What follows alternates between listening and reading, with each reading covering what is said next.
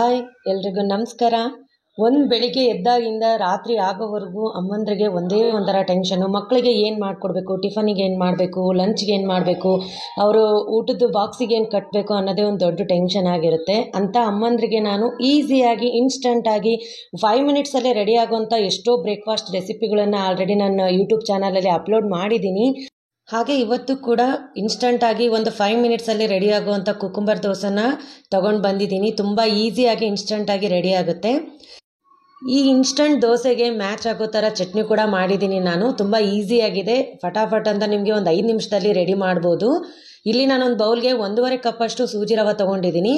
ಇದಕ್ಕೆ 1 ಗ್ಲಾಸಷ್ಟು ನೀರನ್ನ ಹಾಕ್ಕೊಂಡು ಈ ರವೆ ನೆನೆಯೋಕ್ಕೆ ನಾನು ಒಂದು 15 ನಿಮಿಷದವರೆಗೂ ಬಿಡ್ತಾ ಇದ್ದೀನಿ. ಈ ರವೆ ಏನಿದೆ ನೆನೆಯೋಷ್ಟರಲ್ಲಿ ನಾವು ಈ ದೋಸೆಗೆ ಬೇಕಾಗುವಂಥ ಚಟ್ನಿಯನ್ನು ರೆಡಿ ಮಾಡ್ಕೊಂಡ್ಬಿಡೋಣ. ಇಲ್ಲಿ ನಾನು ಮಿಕ್ಸಿಗೆ ಒಂದು 3 ಮೆಣಸಿನ್ಕಾಯಿ ತೊಗೊಂಡಿದ್ದೀನಿ. ನೋಡಿ, ಮಕ್ಕಳು ಖಾರ ತಿನ್ನಲ್ಲ ಅಂತ ಅನಿಸಿದ್ರೆ ನೀವು ನೋಡಿ ಆ್ಯಡ್ ಮಾಡ್ಕೊಳ್ಬೋದು. ಹಾಗೆ ಇಲ್ಲಿ 1 ಸಣ್ಣ ಕಪ್ಪಷ್ಟು ಒಣ ಕೊಬ್ಬರಿನ ತೊಗೊಂಡಿದ್ದೀನಿ. ಅದೇ ಕಪ್ನ 1 ಕಪ್ಪಷ್ಟು ಪುಟಾಣಿ ತೊಗೊಂಡಿದ್ದೀನಿ. ಹಾಗೆ 3 ಬೆಳ್ಳುಳ್ಳಿನ ಹಾಕ್ಕೊಂಡಿದ್ದೀನಿ. ನೋಡಿ, ಇಲ್ಲಿ ಒಂದು ಸ್ವಲ್ಪ ಹುಣಸೆ ಹಣ್ಣನ್ನ ತೊಗೊಂಡಿದ್ದೀನಿ. ನೀವು ಹುಳಿ ಬೇಡ ಅನ್ನೋದಾದರೆ ಇದನ್ನು ಸ್ಕಿಪ್ ಕೂಡ ಮಾಡ್ಬೋದು.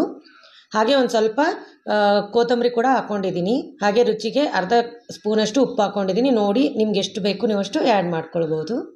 ಹಾಗೆ ಒಂದು ಅರ್ಧ ಟೇಬಲ್ ಸ್ಪೂನಷ್ಟು ಜೀರಿಗೆ ಹಾಕ್ಕೊಂಡು ಇದಕ್ಕೆ ಎಷ್ಟು ಬೇಕೋ ಅಷ್ಟು ನೀರನ್ನ ಹಾಕ್ಕೊಂಡು ಚೆನ್ನಾಗಿ ಮಿಕ್ಸಿ ಮಾಡ್ಕೊಳ್ಳಿ. ದೋಸೆಗೆ ಬೇಕಾಗೋ ಚಟ್ನಿ ರೆಡಿಯಾಗಿದೆ. ಈ ಚಟ್ನಿಗೆ ನಾನು ಒಗ್ಗರಣೆನ ರೆಡಿ ಮಾಡ್ಕೊಳ್ತಾ ಇದ್ದೀನಿ. ಇಲ್ಲಿ ಒಂದು ಸಣ್ಣ ಕಡಾಯಿಗೆ 1 ಟೇಬಲ್ ಸ್ಪೂನಷ್ಟು ಎಣ್ಣೆ ಹಾಕ್ಕೊಂಡಿದ್ದೀನಿ.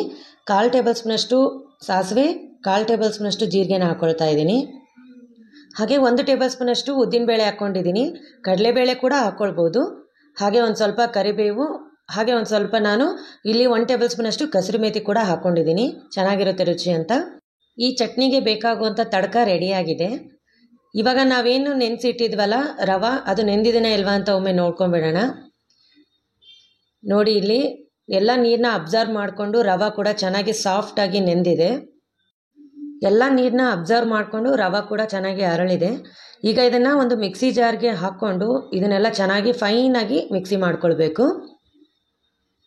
ನಾನು ಸ್ವಲ್ಪನೇ ಹಾಕ್ಕೊಳ್ಳೋಕೆ ಹೋದೆ, ಆದರೆ ಎಲ್ಲ ಹಿಡಿಯುತ್ತೆ ಅನಿಸಿತು. ಅದಕ್ಕೆ ಎಲ್ಲ ಬೌಲಲ್ಲಿರೋ ರವಾನೆಲ್ಲ ಹಾಕ್ಕೊಳ್ತಾ ಇದ್ದೀನಿ. ಒಂದೇ ಸಲ ಮಿಕ್ಸಿಗೆ ಇದು ಆಗೋಗ್ಬಿಡುತ್ತೆ. ಹಾಗೆ ಇದಕ್ಕೆ ಒಂದು ಅರ್ಧ ಕಪ್ಪಷ್ಟು ಅಕ್ಕಿ ಹಿಟ್ಟನ್ನ ಹಾಕ್ಕೊಳ್ತಾ ಇದ್ದೀನಿ.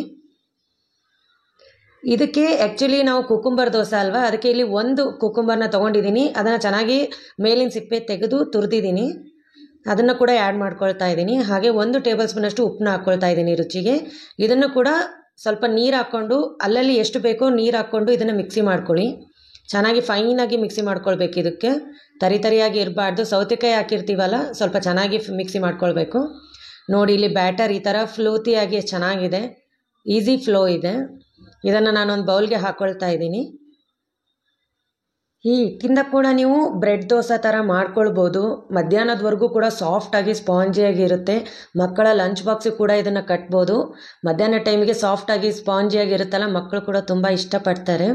ಹಾಗೆ ನನ್ನ ಮಗಳಿಗೆ ಈರುಳ್ಳಿ ತುಂಬಾ ಇಷ್ಟ. ಅದಕ್ಕೆ ನಾನು ಇಲ್ಲಿ ಸ್ವಲ್ಪ ಈರುಳ್ಳಿ, ಕೊತ್ತಂಬರಿನ ಎಲ್ಲ ಆ್ಯಡ್ ಮಾಡ್ಕೊಳ್ತಾ ಇದ್ದೀನಿ. 1 ಕಪ್ಪಷ್ಟು ಈರುಳ್ಳಿನ ಹಾಕ್ಕೊಂಡಿದ್ದೀನಿ. ಹಾಗೆ ಒಂದು ಅರ್ಧ ಕಪ್ಪಷ್ಟು ಕೊತ್ತಂಬರಿನ ಆ್ಯಡ್ ಮಾಡ್ಕೊಂಡಿದ್ದೀನಿ.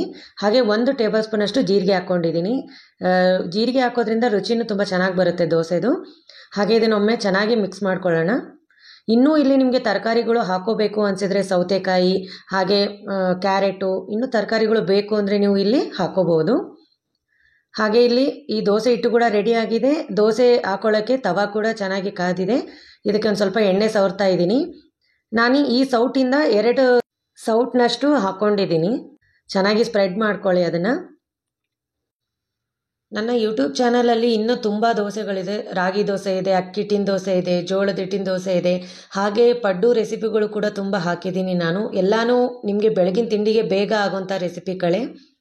ಈಗ ಈ ದೋಸೆನ ಒಂದು 2 ನಿಮಿಷ ಲಿಡ್ನ ಕ್ಲೋಸ್ ಮಾಡಿ ಬೇಯಿಸ್ಕೊಳ್ಳೋಣ. ಇಲ್ಲಿ ಚೆನ್ನಾಗಿ ಬೆಂದಿದೆ ದೋಸೆ. ಅದರ ಮೇಲೆ 1 ಟೇಬಲ್ ಸ್ಪೂನಷ್ಟು ಎಣ್ಣೆನ ಹಾಕ್ಕೊಳ್ತಾ ಇದ್ದೀನಿ. ಈಗ ಇದನ್ನು ತಿರುವಿ ಹಾಕ್ಕೊಂಡು 2 ಸೈಡ್ ಚೆನ್ನಾಗಿ ಬೇಯಿಸ್ಕೊಳ್ಬೇಕು ಒಂದು 2 ನಿಮಿಷದಷ್ಟು. ಮಕ್ಕಳ ಟಿಫಿನ್ ಬಾಕ್ಸ್ಗೆ ಹಾಗೆ ಮಧ್ಯಾಹ್ನದ ಲಂಚ್ಗೂ ತುಂಬ ಚೆನ್ನಾಗಿರುತ್ತೆ. ಒಮ್ಮೆ ಟ್ರೈ ಮಾಡಿ ಯಾವ ಥರ ಬಂತು ಅಂತ ನನಗೂ ತಿಳಿಸಿ, ನನಗೂ ಸ್ವಲ್ಪ ಸಪೋರ್ಟ್ ಮಾಡಿ. ನೀವು ಏನಾದರೂ ಕಮೆಂಟ್ ಮಾಡಿದರೆ ನನ್ನಲ್ಲಿರೋಂಥ ಮಿಸ್ಟೇಕ್ಸು, ಇನ್ನೂ ನಿಮ್ಗೆ ಏನಾದರೂ ಹೆಚ್ಚು ರೆಸಿಪಿಗಳು ಬೇಕು ಅಂದರೆ ಆ ರೆಸಿಪಿಗಳನ್ನು ನಾನು ಮಾಡಿ ಹಾಕ್ತೀನಿ. ನೋಡಿದ್ರಲ್ವ ಸೌತೆಕಾಯಿ ದೋಸೆ ಎಷ್ಟು ಈಸಿಯಾಗಿ ರೆಡಿ ಆಯಿತು ಅಂತ. ನಿಮಗೆ ಒಂದು 5 ನಿಮಿಷದ ಟೈಮ್ ಅಷ್ಟೇ ಬೇಕಾಗುತ್ತೆ. ಇದು ಬೆಳಗ್ಗೆ ಏನು ಮಾಡಬೇಕು ಅಂತ ಆಲೋಚನೆ ಮಾಡೋಕ್ಕೂ ಮುಂಚೆ ನನ್ನ ಯೂಟ್ಯೂಬ್ ಚಾನಲ್ ನೋಡಿ, ನಿಮಗೆ ತುಂಬ ರೆಸಿಪಿಗಳು ಸಿಗುತ್ತೆ. ನೋಡಿ ಇಲ್ಲಿ ಎಷ್ಟು ಸಾಫ್ಟ್ ಆಗಿದೆ, ಹಾಗೆ ಸ್ಪಾಂಜಿಯಾಗಿ ಕೂಡ ಕಾಣ್ತಾ ಇದೆ. ಒಂದು 5 ನಿಮಿಷದಲ್ಲಿ ನಿಮಗೆ ರೆಡಿ ಆಗಿಬಿಡುತ್ತೆ ಈ ದೋಸೆ. ನೋಡಿದ್ರಿ ಅಲ್ವಾ? ಯಾರೆಲ್ಲ ನನ್ನ ಚಾನಲ್ನ ನೋಡ್ತಿದ್ದೀರಾ ಪ್ಲೀಸ್ ಸಬ್ಸ್ಕ್ರೈಬ್ ಮಾಡಿ, ಹಾಗೆ ಒಂದು ಲೈಕ್ನ ಕೊಡಿ, ಹಾಗೆ ಕಮೆಂಟ್ ಮಾಡೋದು ಮರಿಬೇಡಿ. ಇನ್ನೂ ಯಾವ ಥರ ಆದರೂ ಹೊಸ ರೆಸಿಪಿಗಳು ಬೇಕು ಅಂದರೆ ನನಗೆ ಪ್ಲೀಸ್ ಕಮೆಂಟ್ ಮಾಡಿ ತಿಳಿಸಿ, ನಾನು ಅದನ್ನು ಮಾಡೋಕ್ಕೆ ಟ್ರೈ ಮಾಡ್ತೀನಿ.